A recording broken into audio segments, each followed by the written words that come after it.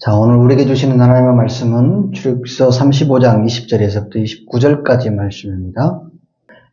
이스라엘 자손의 온 회중이 모세 앞에 물러갔더니 마음이 감동된 모든 자와 자원하는 모든 자가 와서 회막을 짓기 위하여 그 속에서 쓸 모든 것을 위하여 거룩한 옷을 위하여 예물을 가져다가 여호와께 드렸으니 곧 마음에 원하는 남녀가 와서 팔찌와 귀고리와 가락지와 목걸이와 여러 가지 금품을 가져다가 사람마다 여호와께 금 예물을 드렸으며 무릇 청색 자색 홍색 실과 가는 매실과 연수틀과 붉은 물들인 순양의 가죽과 해달의 가죽이 있는 자도 가져왔으며 은과 노수로 예물을 삼는 모든 자가 가져다가 여호와께 드렸으며 섬기는 일에 소용되는 조각목이 있는 모든 자는 가져왔으며 마음이 슬기로운 모든 여인은 손수 실을 빼고 그 뺀 청색 자색 홍색 실과 가는 배실을 가져왔으며 마음의 감동을 받아 슬기로운 모든 여인은 염소털을 넣어 실을 뽑았으며 모든 족장은 후마노와 및 애복과 흉패에 물릴 보석을 가져왔으며 등불과 관유와 분향할 향에 소용되는 기름과 양품을 가져왔으니 마음이 자원하는 남녀는 누구나 여호와께서 모세의 손을 빌어 명령하신 모든 것을 만들기 위하여 물품을 드렸으니 이것이 이스라엘 자손이 여호와께 자원하여 드린 예물이니라. 아멘. 네. 시간 함께한 여러분들 심령과 또 가정과 생활과 삶의 터전마다 하나님의 돌보시는 깊으신 사랑의 손길이 늘 충만하게 임하기를 주의 이름으로 축복합니다.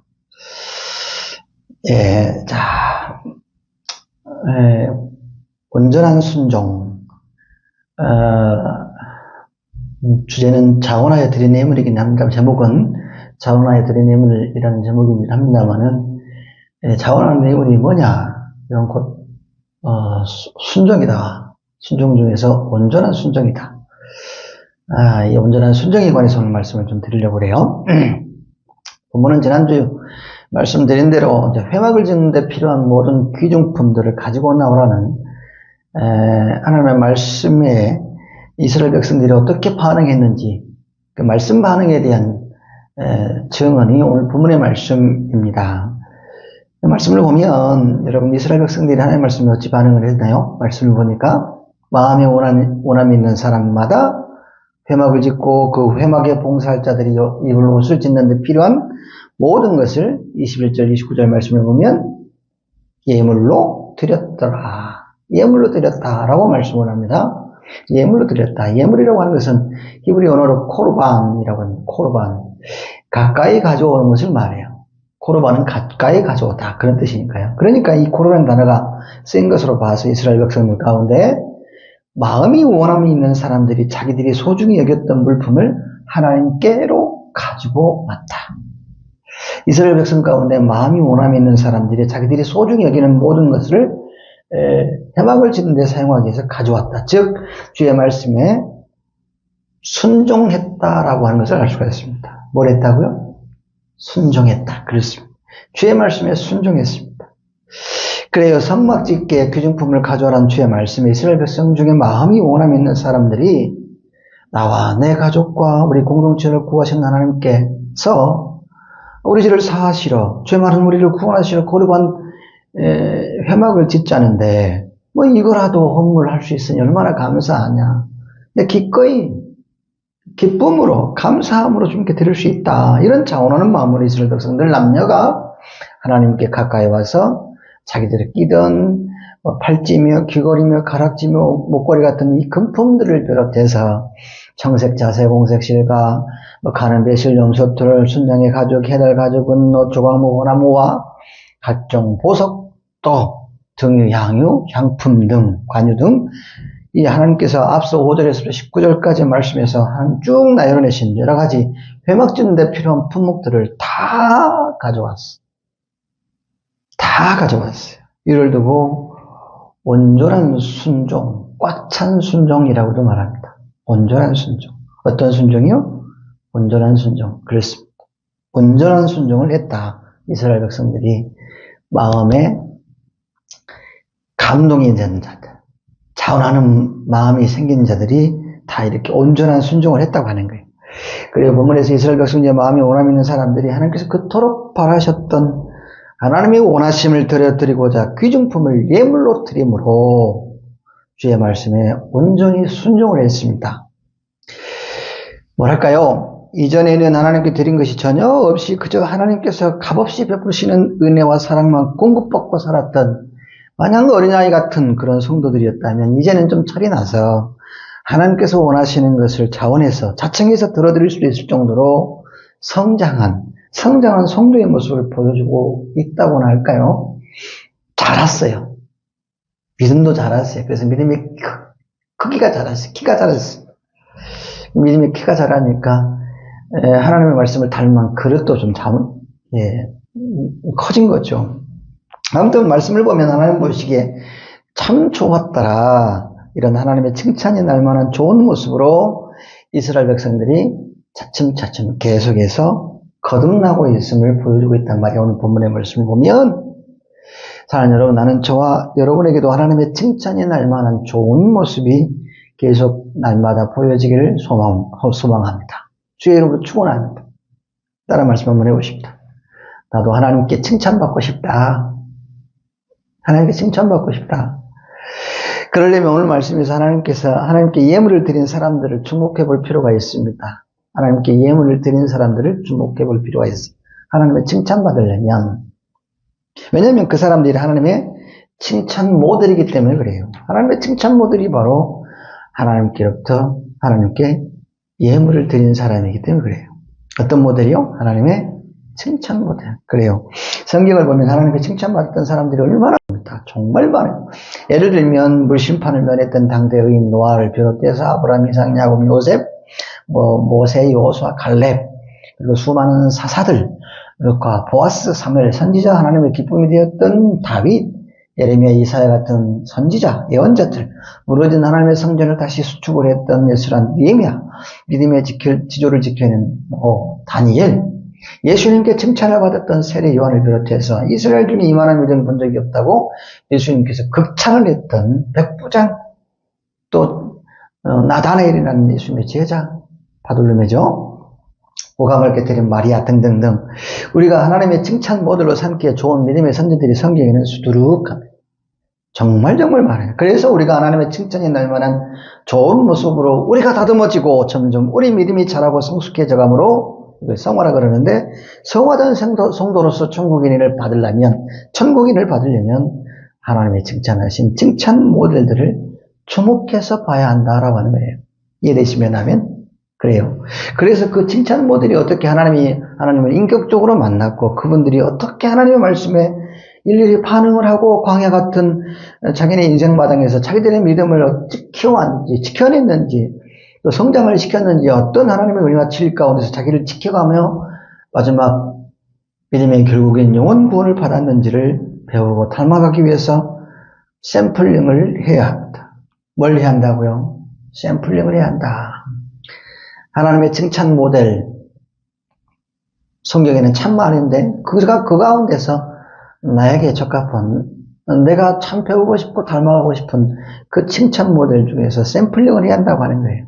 샘플링을 골라내야 한다. 그래요. 샘플링을 잘 해야 합니다. 이를테면 제가 샘플링하고 있는 하나님의 칭찬 모델들이 있는데요. 구약에서는 아브라함도 있습니다만 요셉을 더 특히 제가 꼽아요.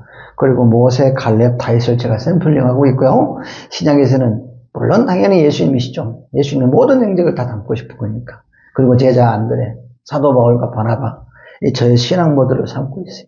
교회로 치자면 예루살렘 교회는 물론 말해 뭐합니까만은 초대교회 원형이니까, 그리고 안디옥 교회, 데살로니가 교회, 벨라돌브 교회, 그리고 라오디아 교회를 샘플링하고 있는데, 왜 이런 분들을, 왜 이런 교회들을 샘플링을 제가 하고 있냐 하면, 그 샘플들이 제가 어떻게 믿음 생활했는지, 어떻게 목회를 하며 어떻게 교회를 성숙시켜 나가야 하는지, 읽어 나가야 하는지에 대한 방향과 청사진을 다 그려주고 있고 제시를 해주고 있기 때문에 그래요.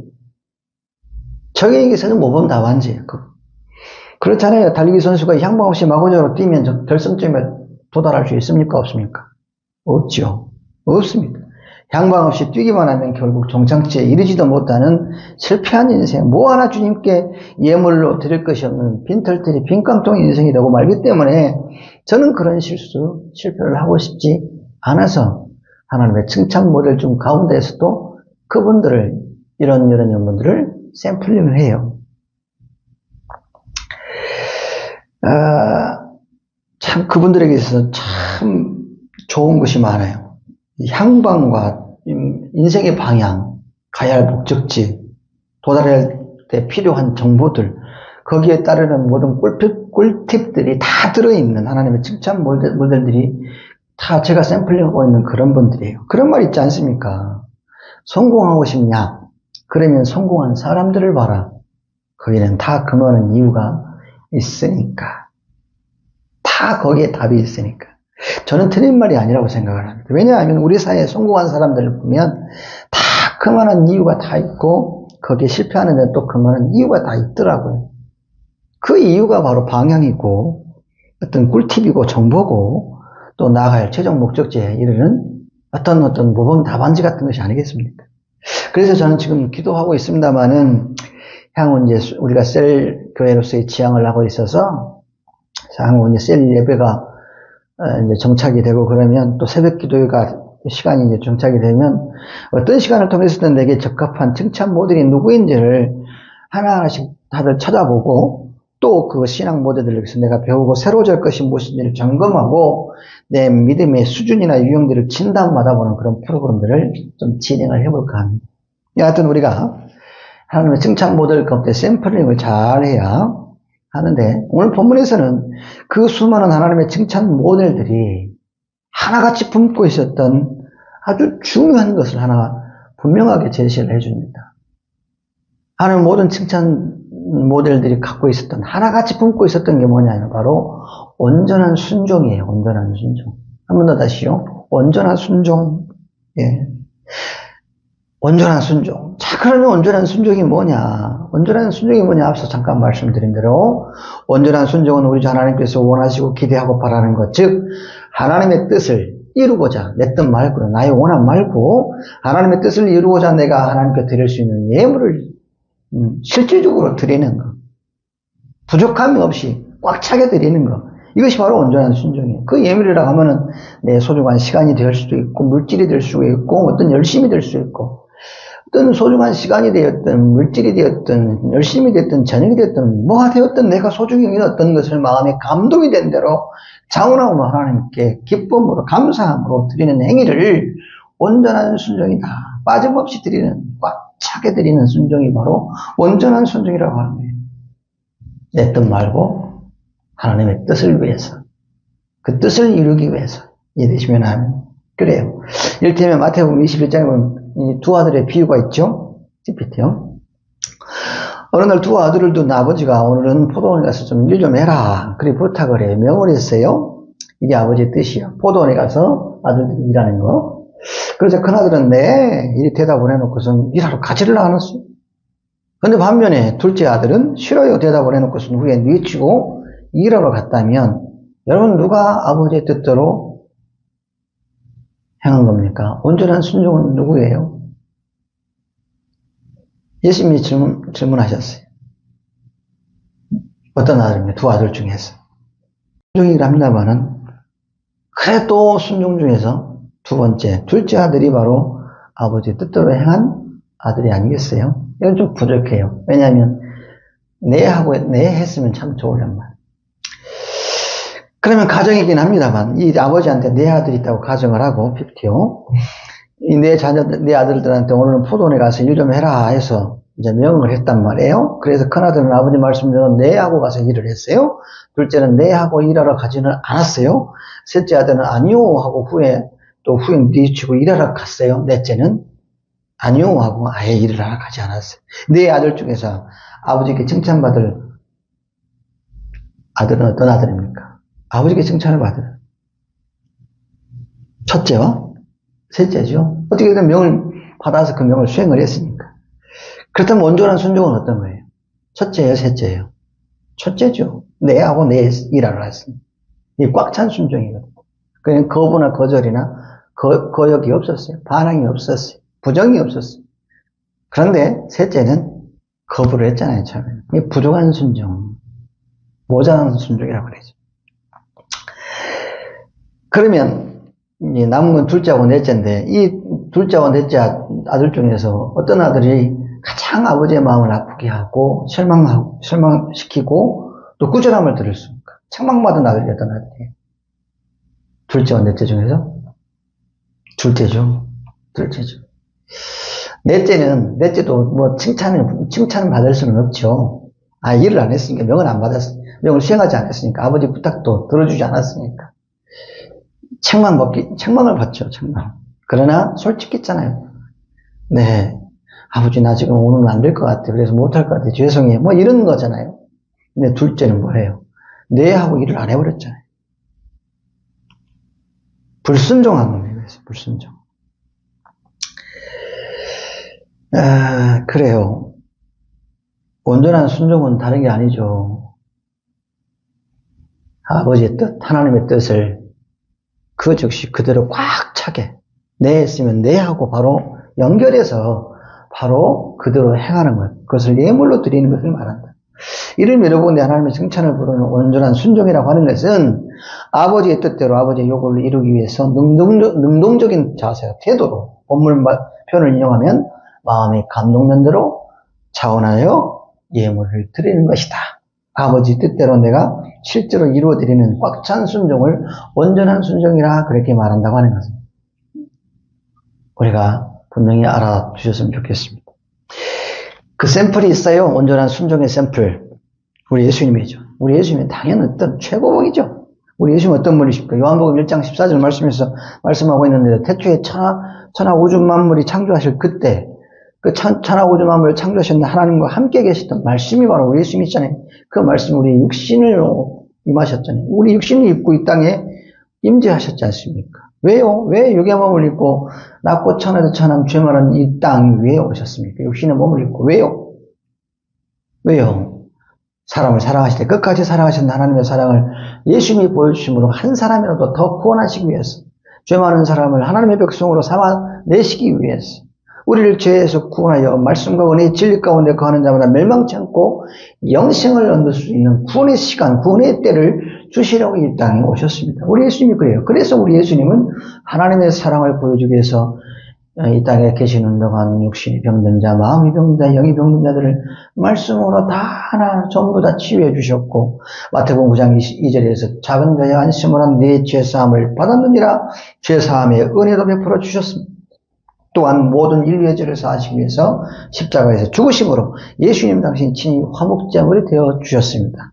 자신을 예물로 드렸습니다. 그런데 그런 모든 예수님의 사역들을 가만히 두고 보면 어느 누군가의 강요나 강압이나 강제가 있어서 행한 일들이 아니었어요.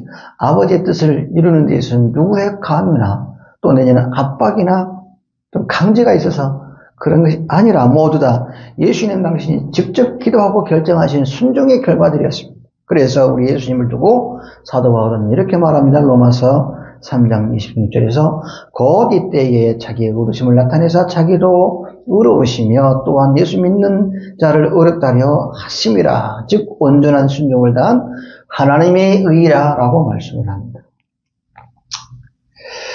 그렇습니다. 하나님의 의로서 온전한 순종을 다하신 분은 우리 예수님이십니다. 하기에 사랑하는 여러분, 우리가 하나님께 칭찬받기 원한다면 온전히 순종의 본을 보이신 우리 예수 그리스도를 바라보시길 원합니다. 왜냐? 히브리서 12장 2절은 이렇게 우리에게 권면하고 있으니까요. 믿음의 주여 또 온전케 하신 예수를 바라보자. 할렐루야. 그렇습니다. 우리 예수님은 만왕의 왕이시고 만유의 주가 되십니다. 아멘. 마지막 날 심판장으로 오실 예수님, 독생자 하나님의 아들이십니다. 아멘. 그래서 얼마든지 하늘의 권세를 가지고 땅의 영광을 누릴 수 있는 분이 예수님이셨습니다. 하지만 우리 예수님은 그렇게 하지 않으셨습니다. 도리어 자기 부인을 확실히 하고 자기 몸을 십자가의 예물로 드리심으로 하나님의 뜻을 아버지의 원하심과 그 기대를 완성해 놓으셨습니다. 그래서 성경은 그런 예수님을 바라보라고 집중해서 샘플링하라고 말씀을 합니다. 권면하고 있습니다. 에서 성경이 권면하신 대로 나는 저와 여러분 우리 드림교회가 온전한 순종의 본을 보이신 예수님을 정확히 제대로 샘플링함으로 본문에서 마음의 감동과 자원함으로 하나님께 예물을 드리는 오늘의 이스라엘 백성이 되기를 주의 이름으로 축원합니다. 그래서 주님의 자자한 칭찬과 상급을 풍성히 받는 주님의 칭찬 모델이 우리 드림의 모든 지체들이 되시기를 주의 이름으로 축복합니다. 할렐루야.